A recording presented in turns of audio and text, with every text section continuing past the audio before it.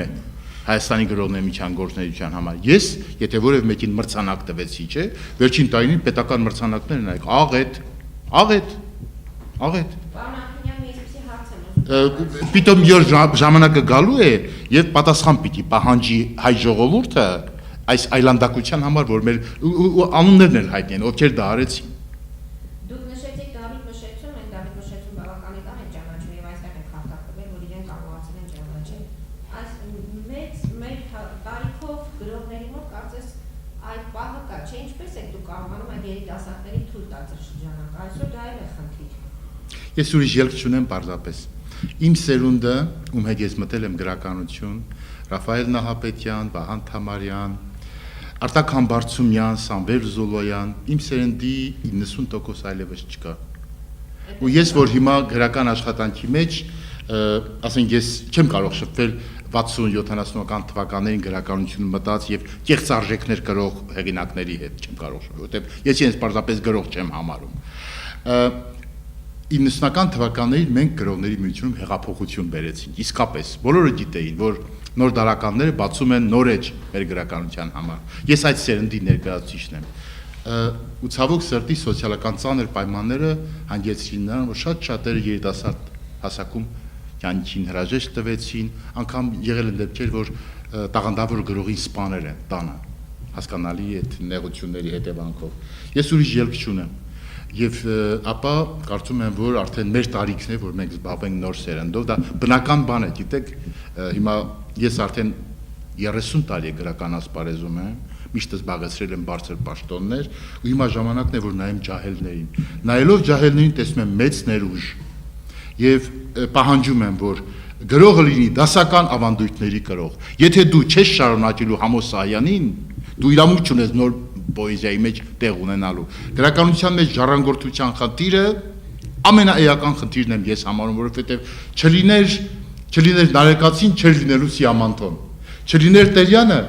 չէր լինելու Չարենցը, այնքան ակնհայտ է, չլիներ Նարեկացին, չէր լինելու Խաչատուր Աբովյանը, այնքան ակնհայտ է այս կապը, դա շունչ է, դա կյանք է, որ մենք մեր ավակներից ստանում ենք։ Ես ինքս Երևանի համալսարանում սովորելով, ես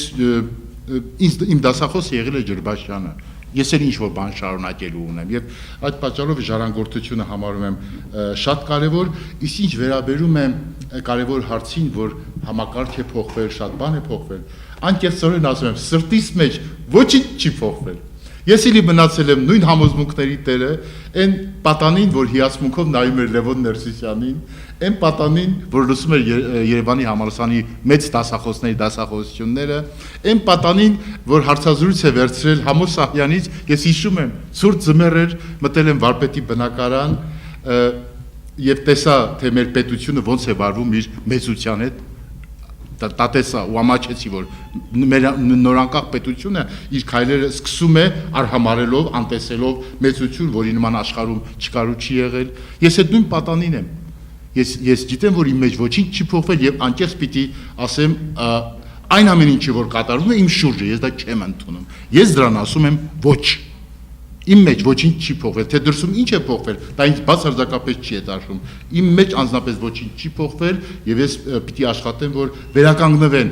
իմ կործանված տաճարի հիմնասյուները։ Իսկ եթե վերականգնվեն, դրանից հետո ո՞ր ոլորտները ոտքի կանգնեն։ Բոլորը միասին, որտեղ մենք իրար հետ կապված ենք, ջանս։ Հայ բանաստեղծությունը կապված է հայ գեղանկարչության հետ։ Եվ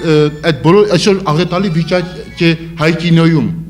Համաձայն եք ինձ հետ։ Այսօր աղետալի վիճակի մեջ է գտնում հայ թատրոնը։ Մենք չունենք կինոքննադատներ, թատերական քննադատներ, կամ էլ եթե ունենք այնքան չի չեն նրանց ասպարեզ չի տրում, որ նրանց ձայնը չի լսվում։ Այսինքն վիճակն է արվեստում ընդհանրապես ոչնչացնելով, նսեմացնելով իսկական արվեստը, մարդիկ հասան նրան, որ սուտ արժեքները պսպղում դատարկությունները բարձրացանվել եւ մենք ունենք աստղեր, որոնք երգել չեն կարողանում, ունենք սերիալներում դերասաններ, որոնց խաղը կապ չունի արվեստի հետ բացարձակապես։ Մշակույթի ամենակարևոր օղակը այսօր հեռուստատեսությունն է։ Այո։ Ավելի խայտառակ ճիշտ է։ Խաղից մեր հեռուստատեսությունն է, ֆիլմերով, այդ համերգներով, այդ անհամ կատակներով, բան չունեն ասելու այ մարդիս ինչա կատարում, այս ինչ է կատարում։ Եվ ամենաողբալին հայոց լեզուն այդքան տրորելով, այդքան սխալ հայերեն խոսելով։ Մի ժամանակ Երևանում կար մայրաքաղաքային հայրեն մի շերտ կար, հիմա քաղաքում էլ է կորել, եթերում էլ, թերթերում էլ, մեր ամբողջ այս արժե համակարգի անկումը նաև լեզվի վրա է երևում։ Մենք խոսում ենք Երևանի մասին, իսկ ինչպես է իրավիճակը մարզերում։ Դուք ամեն դեպքում լինում եք մարզերում, շփվում եք։ Ամեն շաբաթ։ Ավելի վատ քան մարզը։ Ամեն շաբաթ։ Երևանը հիմա դարձել է նախկին փոքր քաղաքների նման մի քաղաք, նախկին փոքր քաղաքները դարձել են մեծ գյուղերի նման, մեծ գյուղերն էլ փոքր գյուղերի նման։ Աստիճանական ընկել է, ահա որ է վիճակը։ Բայց ես մի բան պիտի լրացնեմ եղբորս, որ քանի դեռ մենք Երևանում հարցը չենք լուծել, մարզերում փոփոխություն չակնկալեք, քանի դեռ մայրաքաղաքը արտադրում է կեղծ արվեստ,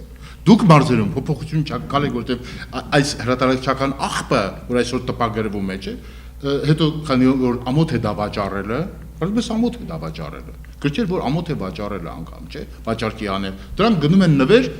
մարզային գրադարաններ եւ այլն եւ այլն եւ այլն։ Մայրաքաղաքում պիտի հարցը լուծենք, մարզերի հարցը մեկ վայրկյանում լուծելու հարց է։